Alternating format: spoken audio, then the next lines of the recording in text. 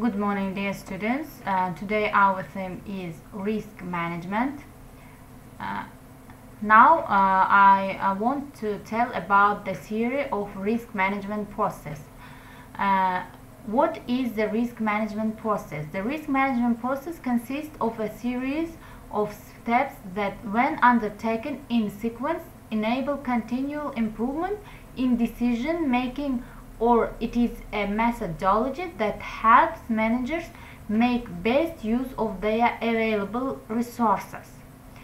There are some steps of the risk management process. There are 7 steps.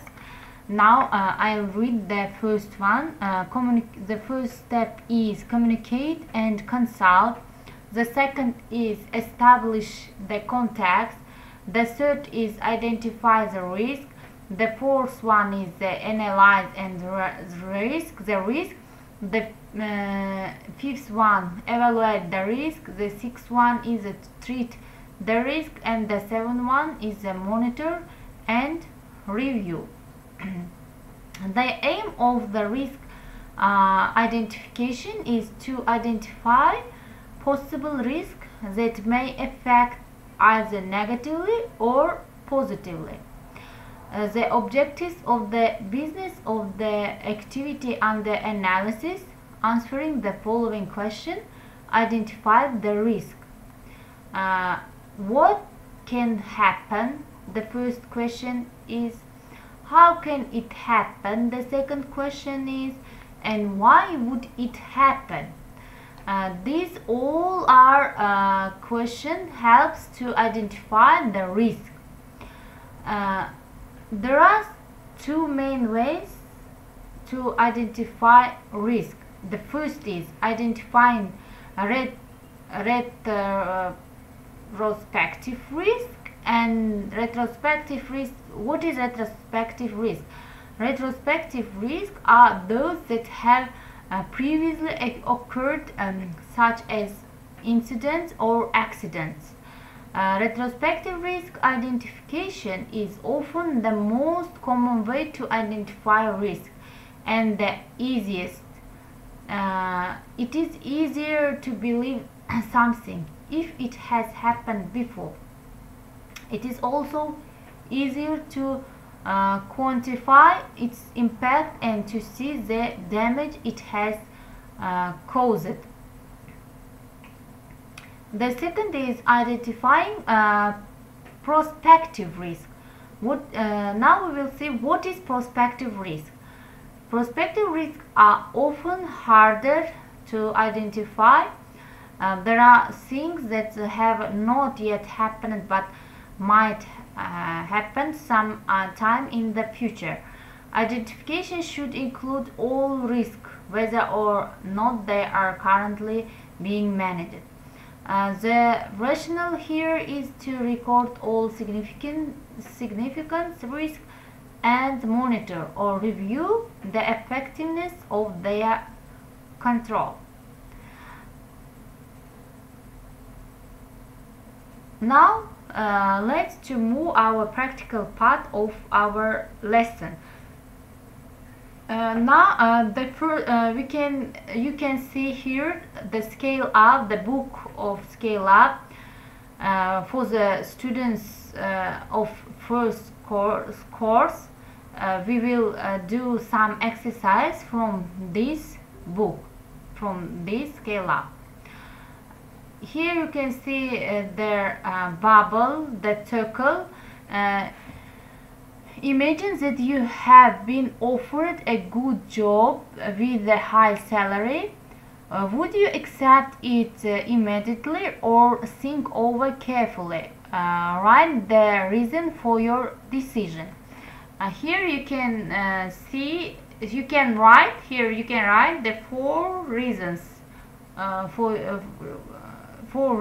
for your decision.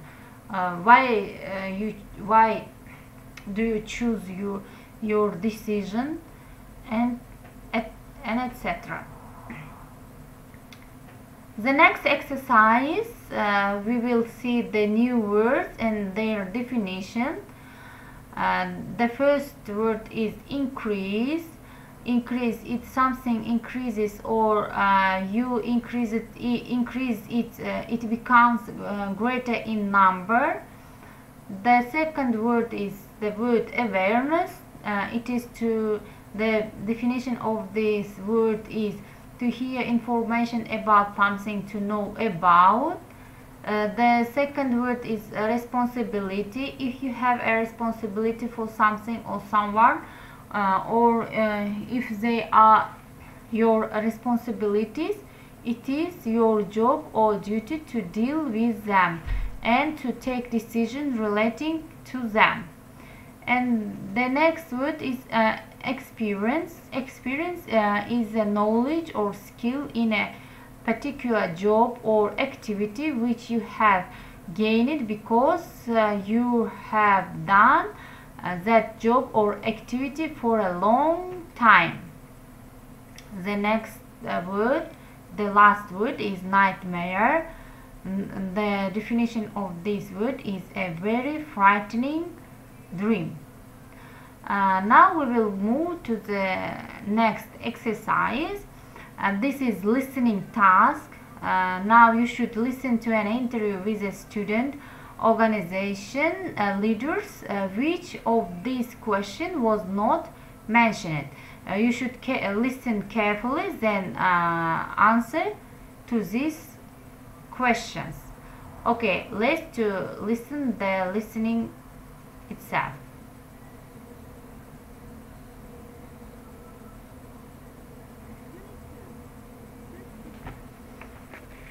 4.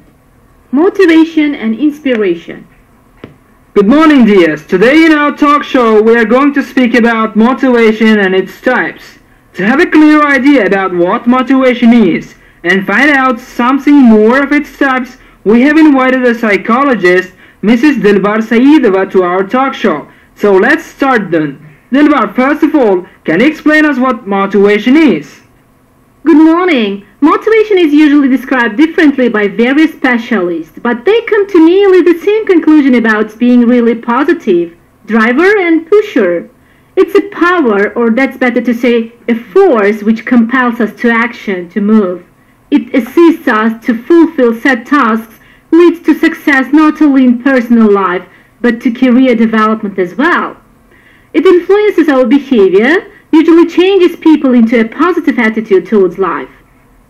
Can you tell us about the types of motivation? Yeah, sure. There are a number of motivation types. Not each of them may fit one.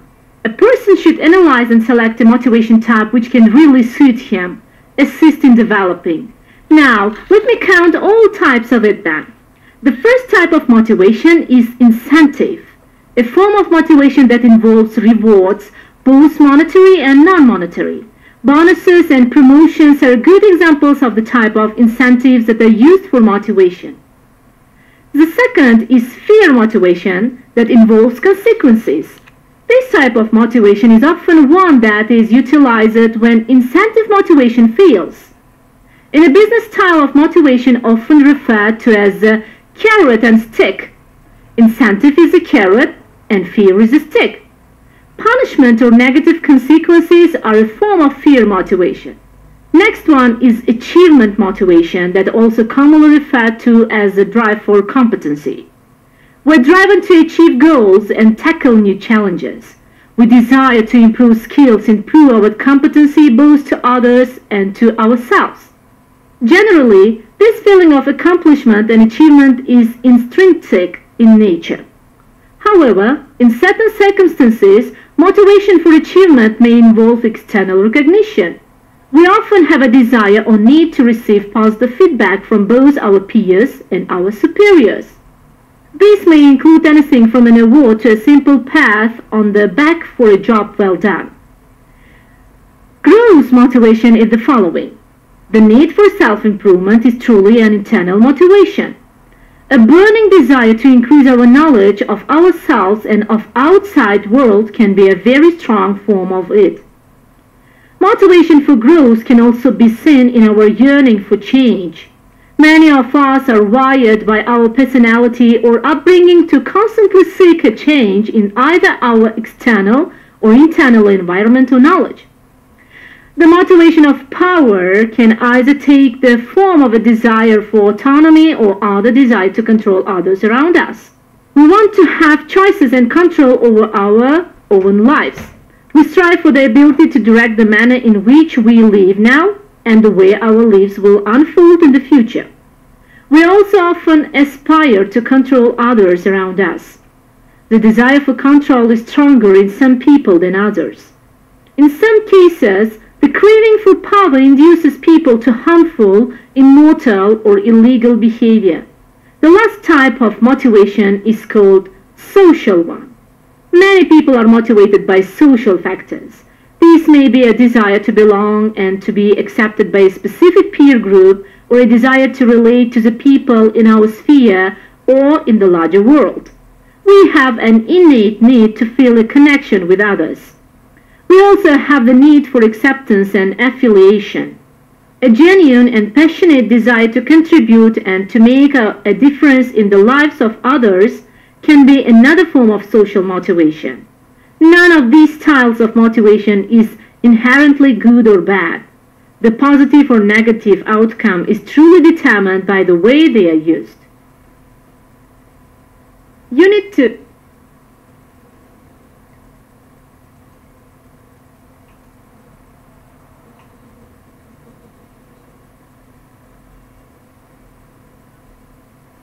Okay, this was the listening task.